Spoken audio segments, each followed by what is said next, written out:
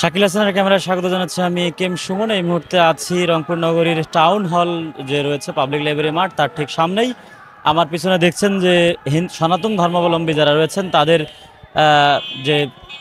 তাদের যে ভগবান শ্রীকৃষ্ণ তারই আসলে জন্মতিথি, সে উপলক্ষেই কিন্তু আজকে তাদের এই জন্মাষ্টমীর আয়োজন করা হয়েছে রংপুর নগরের টাউন হলে। এবং কিছুক্ষণ আগে এখানে দলে দলে মিছিলে মিছিলে এসে কিন্তু সনাতন ধর্মাবলম্বীরা যোগ দিচ্ছেন এবং এখানে একটি আলোচনা সভা অনুষ্ঠিত হবার কথা রয়েছে। তবে এই মুহূর্তে যদি একটু আপনাদের দেখাই যে র্যালিতে কিন্তু সনাতন ধর্মাবলম্বীরা আসছেন এবং এখানে তারা যোগ দিচ্ছেন। এবং তাদের যেটি ইতিমধ্যেই আমরা আপনাদের বলেছিলাম যে এই এবারের জন্মাষ্টমীর আয়োজনে কিন্তু কিছুটা ভাটা ফেলেছেন, কারণ তারা যে দেশের দক্ষিণাঞ্চলে যে বন্যা পরিস্থিতি সৃষ্টি হয়েছিল, এই বন্যা পরিস্থিতিতে যারা ক্ষতিগ্রস্ত তাদের সহায়তার জন্যই তাদের এই অনুষ্ঠান আয়োজনের যে ব্যয়, তা থেকেই কিন্তু তারা ব্যয় করেছেন এই অনুষ্ঠানের ব্যয় থেকে। এবং সব মিলিয়ে যদি বলা চলে যে এবারের যে এই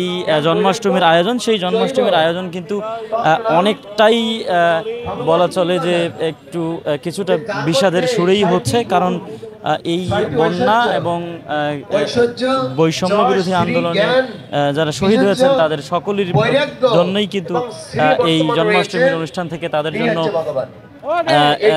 প্রার্থনা করা হচ্ছে। এবং এই মুহূর্তে আমার সামনে যেটি দেখছেন যে এই যে তাদের শ্রীকৃষ্ণের যে শুভ আবির্ভাব এবং পুণ্যতিথির যে অনুষ্ঠান, এই অনুষ্ঠানে এই মুহূর্তে এখানে দেখছেন যে আমন্ত্রিত অতিথি যারা রয়েছেন তারা ইতিমধ্যেই অংশ নিয়েছেন এবং সেখানে আলোচনা চলছে। তবে এর আগে আমরা দেখেছি রংপুরের যে প্রেস ক্লাবের সামন থেকেই কিন্তু তাদের একটি র্যালি নিয়ে তারা টাউন হলের যে এখন যেখানে আসলে আলোচনা সভা চলছে সেই অনুষ্ঠানের স্থলে এসেছেন এবং এখানেই কিন্তু তাদের যে ধর্মীয় বিষয়ের আলাপ আলোচনাগুলি সেগুলি কিন্তু হচ্ছে এবং এর পরপরই আমন্ত্রিত অতিথি যারা রয়েছেন তারাও আলোচনায় যোগ দিবেন। তো সব মিলিয়ে যদি বলা চলে যে এখন পর্যন্ত রংপুরে যে শ্রীকৃষ্ণের শুভ আবির্ভাব যে পুণ্যতিথি অর্থাৎ জন্মাষ্টমীর যে অনুষ্ঠান, সেটির কিন্তু রংপুরে এই মুহূর্তে আয়োজন চলছে। তো এবারের আয়োজনে কিছুটা তাদের আসলে ভাটা দেখা গেছে। কারণ হিসেবে যদি উল্লেখ করি যে